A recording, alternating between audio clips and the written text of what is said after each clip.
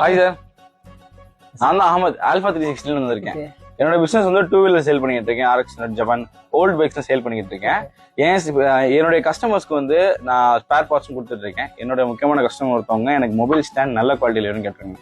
அதனால கேஜெட் டெம்பிள்ல இருக்குன்னு சொல்லிட்டு நான் வந்திருக்கேன். எனக்கு ஒரு 2 ஆப்ஷன்ஸ் இருந்தா காமிங்க. உங்களுக்கு 2 ஆப்ஷன்ஸ் இருக்கு, காமிக்கிறேன்.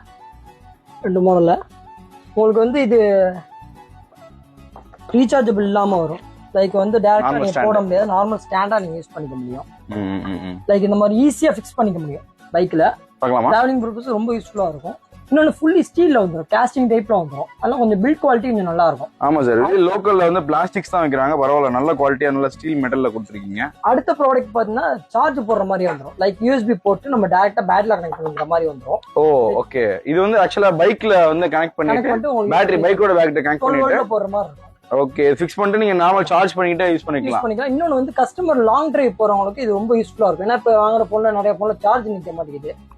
அந்த பர்பஸ்க்கு ரொம்ப யூஸ்ஃபுல்லா இருக்கும். ஓகே, இது ரெண்டுமே நல்ல குவாலிட்டியா தான் இருக்கு. எனக்கு என்னமோ இந்த சார்ஜிங் பர்பஸ் இருக்குது வந்து நல்லா பெட்டரா உங்களுக்கு யூசேஜ் இருக்கும். அதனால நான் இதே எடுத்துக்கிறேன். தேங்க்யூ.